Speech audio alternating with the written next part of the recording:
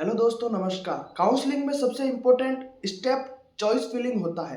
बाकी प्रोसेस में कोई खास दिक्कत नहीं आती है, जैसे रजिस्ट्रेशन, फीस पेमेंट, ये सभी इजीली हो जाते हैं। बस कोई जल्दबाजी ना करें। इसके बाद अपने नंबर और रैंक के अकॉर्डिंग सबसे बेहतर कॉलेज की सीट मिल जाए, उसके लिए सबसे जरूरी स्टेप होता है चॉइस फिलिंग। अगर इस स्टेप में आप गलती करते हैं तो फिर हो सकता है कि कोई आपकी मेडिकल सीट मिस हो जाए या फिर कोई अनवांटेड कॉलेज में सीट अलॉट हो जाए। इस वीडियो में बात करेंगे कि चॉइस फिलिंग कैसे करें, जानेंगे स्टेप बाय स्टेप इसका प्रोसेस, और साथ ही एमसीसी की काउंसलिंग में कब फ्री एग्जिट ले सकते हैं, फ्री एग्जिट क्या होता है, कब काउंसलिंग फीस फॉरफिट हो जाएगी, कब अलॉट हुई सीट को ज्वाइन करना कंपलसरी है, इन सब के बारे में बात करेंगे इसी वीडियो के अंदर। कॉलेज अलॉटमेंट एक कंप्यूटर बेस्ड ऑनलाइन सिस्टम है जिसमें किसी थर्ड पर्सन का कोई रोल नहीं होता है। कॉलेज अलॉट किस प्रकार से होता है, पहले वो प्रोसेस समझने की कोशिश करते हैं।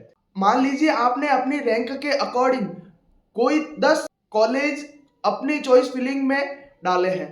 अब चॉइस लॉक हो जाने के बाद काउंसलिंग अथॉरिटी के सॉफ्टवेयर आपकी लिस्ट के सीक्वेंस के अकॉर्डिंग चलेंगे। जैसे आपकी चॉइस फिलिंग की पहली कॉलेज अगर आपको रैंक के अकॉर्डिंग नहीं मिलती है, तब वो दूसरी चॉइस पर जाएंगे, इसके बाद इससे अगली चॉइस पर।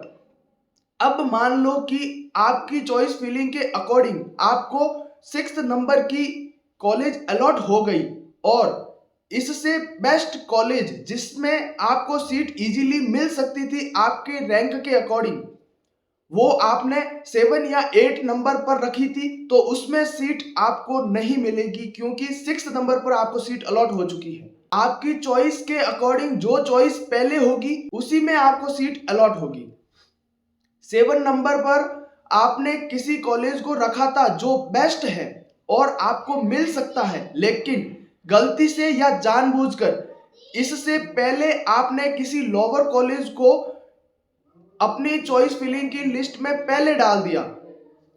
अब आपको पहले वाली चॉइस यानी वो ही लोअर कॉलेज में सीट अलॉट होगी। चॉइस फिलिंग में आप जितने चाहो उतने कॉलेज फिल कर सकते हैं, इसकी कोई लिमिट नहीं होती। ऐसा कुछ नहीं होता है कि आपको सिर्फ 10 कॉलेज बनने हैं या 15 बनने हैं या फिर 50 बनने हैं। जितने अवेलेबल होते हैं वो सारे फिल कर सकते हैं। अगर आप बॉर्डर लाइन पर हैं तो आपके पास दो ऑप्शन रहते हैं। पहला ऑप्शन है कि ऑल ओवर इंडिया में जहां पर भी जैसी भी कॉलेज में आपको सीट अलॉट हो वो ज्वाइन कर लो। तो इसके लिए चॉइस फिलिंग में जितनी कॉलेजेस हैं वो आप सारी डाल दो। दूसरा ऑप्शन होता है कि या तो एक और ड्रॉप ले लो, वरना फिर अपने कोर्स को शिफ्ट कर दो। कोर्स शिफ्ट करने का मतलब ये होता है कि जैसे एमबीबीएस की बॉर्डर लाइन पर आप हैं तो उसकी लोअर ग्रेड की कोई कॉलेज को ज्वाइन करें, उससे बेटर है कि आप बीएमएस या बीडीएस की टॉप कॉलेज में एडमिशन लें। अब बात करते हैं एमसीसी की काउंसलिंग में हम कब तक फ्री एग्जिट ले सकते हैं, कितनी बार फ्री एग्जिट ले सकते हैं, फ्री एग्जिट क्या होता है, कब काउंसलिंग की फीस फॉरफिट हो जाती है, कब अलॉट हुई सीट को ज्वाइन करना कंपलसरी हो जाता है। एमसीसी के फर्स्ट राउंड में अलॉटेड सीट पर हमें ऑप्शन मिलता है कि हम उसे ज्वाइन करें या ना करें।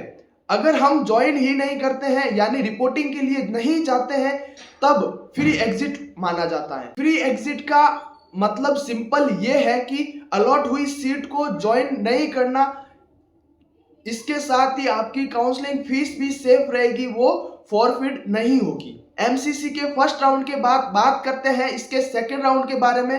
तो अगर आपको इस राउंड में कोई भी सीट अलॉट होती है तो आपको रिपोर्टिंग के लिए जाना ही पड़ेगा, वरना आपकी सिक्योरिटी मनी फॉरफिट हो जाएगी। इसलिए याद रखें कि इस राउंड में आपको रिपोर्टिंग के लिए जाना पड़ेगा।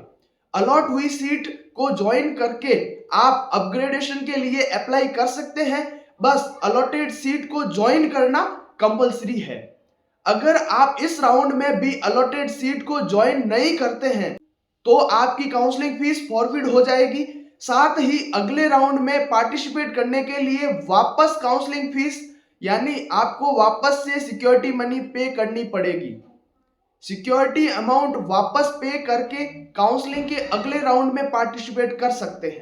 अगर किसी को थर्ड राउंड में कोई सीट अलॉट हुई और उसे किसी ने ज्वाइन नहीं किया तो वो काउंसलिंग से बाहर हो जाएगा, वो काउंसलिंग के किसी भी आगे फर्दर राउंड में पार्टिसिपेट नहीं कर सकता, साथ ही उसकी सिक्योरिटी मनी भी फॉरफिट हो जाएगी।